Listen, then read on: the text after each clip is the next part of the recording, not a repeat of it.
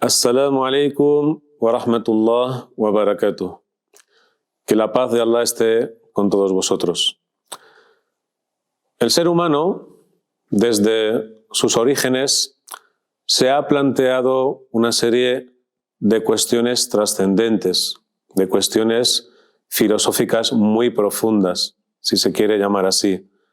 El ser humano se ha cuestionado el porqué de su existencia, el porqué de su pasar por este mundo, y se ha planteado preguntas como ¿por qué existo?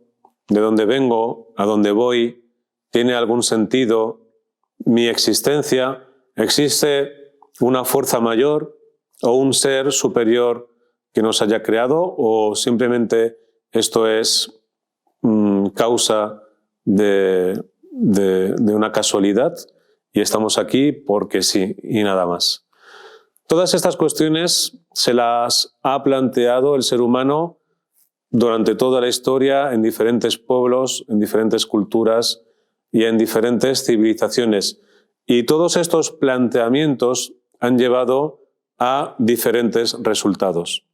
Allah, ensalzado sea, por su inmensa misericordia hacia sus criaturas, ha elegido de entre los seres humanos una serie de personas, que eran los profetas y los mensajeros, encargados de hacer llegar la buena nueva, de hacer llegar las buenas noticias, las albricias a los seres humanos y enseñarles las respuestas a estas preguntas y a estas cuestiones.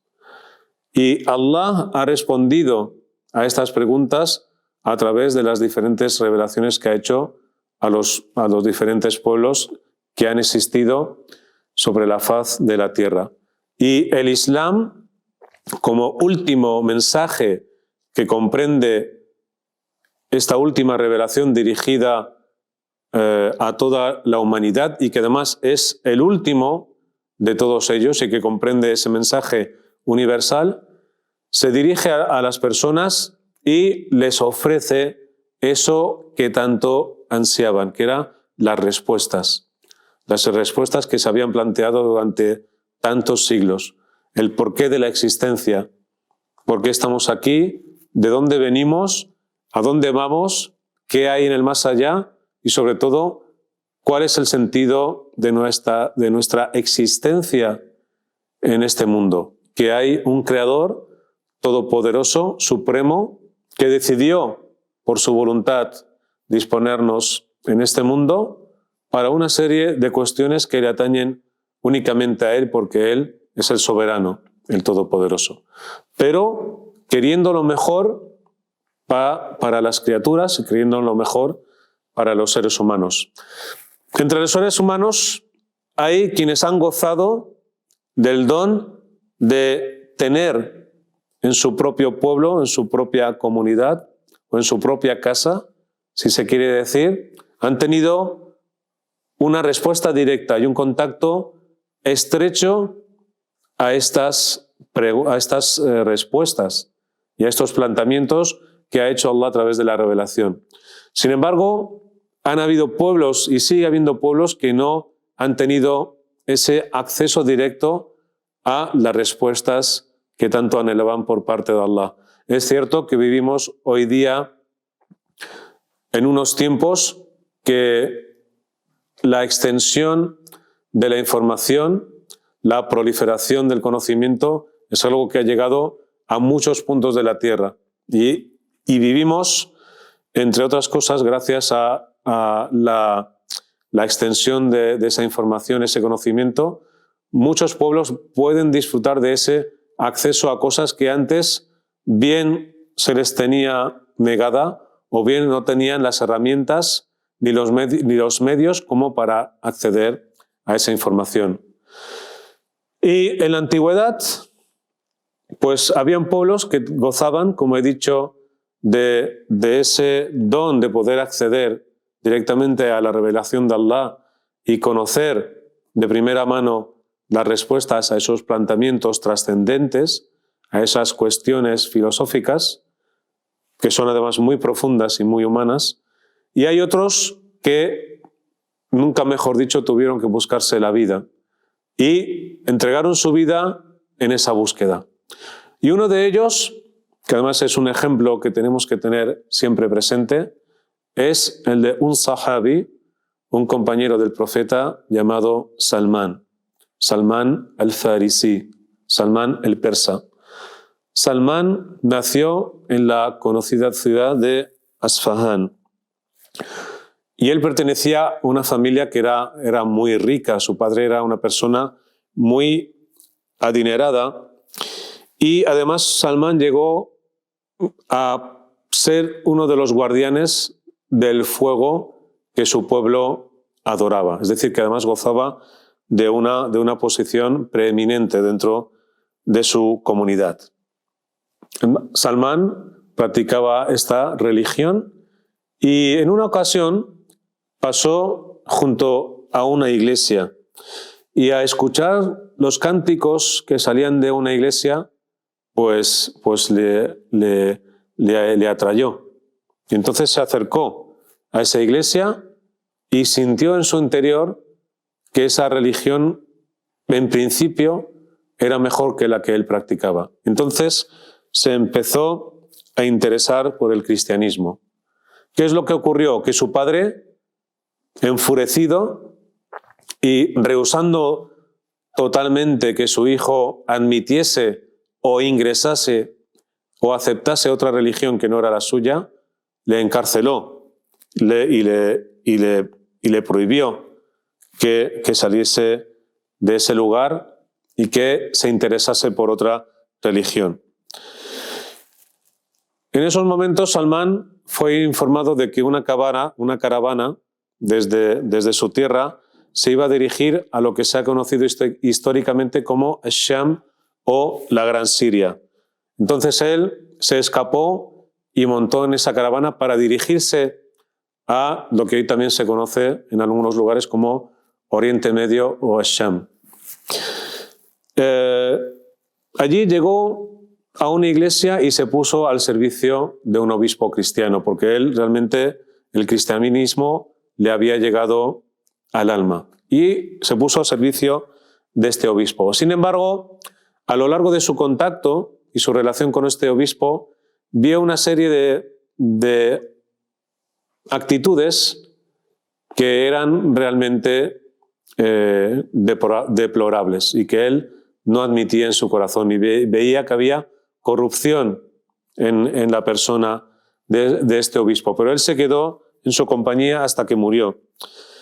Salmán fue pasando de ciudad en ciudad y de iglesia en iglesia intentando profundizar en la religión cristiana. Y nos cuentan las crónicas hasta que llegó a un lugar en el que un sacerdote le habló y le informó de que iba a llegar un profeta en los territorios de Arabia. Entonces, cuando escuchó eso, que Salmán escuchó que un profeta de los que siempre había estado escuchando, sobre todo como cristiano, iba a aparecer de nuevo, un mensajero elegido por Dios, se interesó sobremanera, se interesó enormemente y quiso partir a tierras árabes para ver si él podía encontrarse con ese profeta que le había anunciado uno de estos sacerdotes cristianos. Entonces aprovechó y buscó que hubiese algún tipo de caravana o de grupo de viajeros que fuesen allí, y entonces llegó a un acuerdo con un grupo de viajeros, con una caravana, para que le llevasen hasta tierras de Arabia. Y él, a cambio, pues pagó el viaje. ¿Qué pasó? Que cuando llegaron a medio camino entre lo que se llama Sham y Medina, esta gente, estos caravaneros, le pasó un poco lo que ocurrió al profeta José, alayhi salam. Lo vendieron como esclavo. Le traicionaron, le forzaron y lo vendieron como esclavo. Y Salmán se vio en la encrucijada de esta nueva vida en la que él no se esperaba que iba a acabar. El acabar en una tierra totalmente desconocida, vendido como un esclavo y puesto al servicio de manera obligatoria para servir a una persona. ¿Qué pasó? Que este nuevo dueño al que entró a su servicio le vendió a un primo suyo que era de una comunidad judía cerca de Medina, que se llamaba Bani Quraida. Y Salmán se fue allí, se fue a esta tribu judía y comenzó a trabajar en la zona de Bani Quraida. Un día, mientras Salmán estaba trabajando, porque se trabajaba sobre todo en el tema de cuidar y de plantar palmeras, el nuevo dueño de Salmán le llevó a unos palmerales. Y resultó ser la ciudad que este sacerdote que había conocido Salmán en Sham, en la Gran Siria, era la ciudad de la que le había hablado, en la que iba a surgir el profeta que tanto se esperaba. ¿Qué es lo que ocurría? Que el profeta Mohammed sallallahu alaihi wasallam todavía vivía en Meca, todavía no había migrado y no había dejado Meca para irse a Medina, pero ya se oían rumores y a Salmán también le iban llegando algún tipo de información. Y eso es lo que ocurrió un día, que mientras Salmán trabajaba en las palmeras, un hombre vino maldiciendo de la llegada próxima, porque ya estaban llegando musulmanes en la Égira, que duró entre 2 y 3 años, ya estaban llegando musulmanes a Medina y ya la voz se había extendido por todo Medina y los alrededores. Y vino un hombre maldiciendo que ese profeta, porque habían otras comunidades que esperaban el gran profeta, esperaban que surgiesen de esas comunidades y no esperaban que el profeta de los últimos tiempos surgiera de entre los árabes. Nadie se lo esperaba, pero ese era el designio que Allah había estipulado. Y mientras trabajaba, como he dicho, y él estaba trabajando en las palmeras, vino esta persona maldiciendo que este profeta que venía de Meca, se encontraba en la localidad o en la población de Quba. ¿Qué pasó? Que Salmán, sobrecogido por la alegría, saltó de las palmeras y se fue de noche hasta Quba para ofrecerle unos dátiles como sadaqa al profeta sallallahu alaihi wasallam, y se encontró con él y les dio estos dátiles. Pero ¿qué pasó? Que el profeta no aceptaba la sadaqa, él no aceptaba las cosas que se daban como limosna. Él aceptaba los regalos, pero no aceptaba ningún tipo de limosna. Y el Salmán volvió a donde él trabajaba y luego ya el profeta se desplazó a Medina. Y Salmán se fue a Medina a ver al profeta, a encontrarse con él otra vez, y trajo otros dátiles de los que él conseguía trabajando, pero se los ofreció como un regalo. Y en este caso sí que el profeta sallallahu alaihi wasallam aceptó el regalo de Salmán y comió de ellos. Y además se cuenta que Salmán había escuchado de unos monjes cristianos que ese profeta que iba a venir, ese profeta de los últimos tiempos, tenía lo que se llama Khatam an-Nubuwa, tenía un sello del profetismo, un signo, un símbolo que significaba que esa persona era la persona elegida. Y concretamente era como una pequeña verruguilla en la espalda que tenía unos pocos como pelillos que el profeta sallallahu alaihi wasallam tenía en su espalda. Entonces Salmán quiso cerciorarse de que realmente esa profecía se iba a cumplir en la persona del profeta, y entonces giró en torno a él, y el profeta, la paz sea con él, sabía que Salmán buscaba ese signo. Entonces el profeta se descubrió un poco de su túnica y le mostró ese signo, ¿no? Ese Khatam an-Nubuwa. Entonces Salmán desde atrás se abalanzó cariñosamente al profeta, le abrazó y le besó, porque era el profeta que él había estado buscando realmente desde que empezó su camino. desde que dejó Isfahán, atravesando todo lo que hoy conocemos como Irán, Irak, llegando hasta Siria, llegando hasta Palestina, yendo de una ciudad a otra, buscando la verdad, hasta que lo que he dicho antes, igual semejante a lo que ocurrió con el profeta José, la paz sea con él. Él no se esperaba que iba a acabar, antes de conocer al profeta, iba a acabar como un esclavo, pero Allah decidió que ese fuese el camino y la vía para que Salmán pudiese llegar a la tribu de Bani Qurayda y allí escuchar ya directamente noticias sobre el profeta Muhammad sallallahu alayhi wa sallam. ¿Qué nos enseña la historia de Salmán el persa? Nos enseña esa perseverancia y ese deseo de la persona de encontrar la verdad, de encontrar las respuestas que todo ser humano se plantea en su vida, que todo ser humano se ha planteado alguna vez en su existencia. ¿De dónde vengo? ¿A dónde voy? ¿Quién soy? ¿Me ha creado algún ser superior? ¿He surgido así porque sí, sin ningún tipo de causa o de causalidad? Y Salmán no solo encontró las respuestas, sino que encontró la fuente y el origen de esas respuestas en la persona del profeta Muhammad sallallahu alaihi wasallam.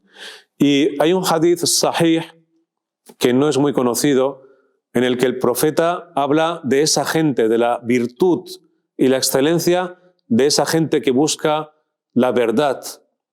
Y dijo, hablando de Salmán, dijo, entre esta gente, de donde él procede, Salmán, entre esta gente hay personas que si el imán, si la fe se encontrase en el-Thuraya, es decir, en los astros o en la luna, si queremos decir, esa gente viajaría hasta las estrellas para encontrar la verdad, para encontrar la fe.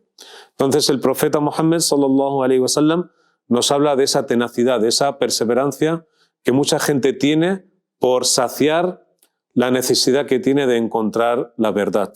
Y Allah no solo envió profetas y mensajeros, que aunque ellos ya no estén con nosotros, sí que nos han dejado ese legado, sobre todo nos lo han dejado en el Islam, con la revelación del Corán y las enseñanzas del profeta Muhammad, la paz sea con él. Y Allah es el Hayy, Allah es el vivo, Él siempre va a estar ahí para que todo aquel que se quiera acercar a Él, para que todo aquel que quiera servirle y adorarle, Allah, si ve en ese corazón de esa persona, ve sinceridad, le va a abrir el camino, se lo va a facilitar y le va a ayudar para encontrar la vida de la felicidad, tanto en este mundo como en el otro. Barakallahu fikum, wassalamu alaikum wa rahmatullah wa barakatuh.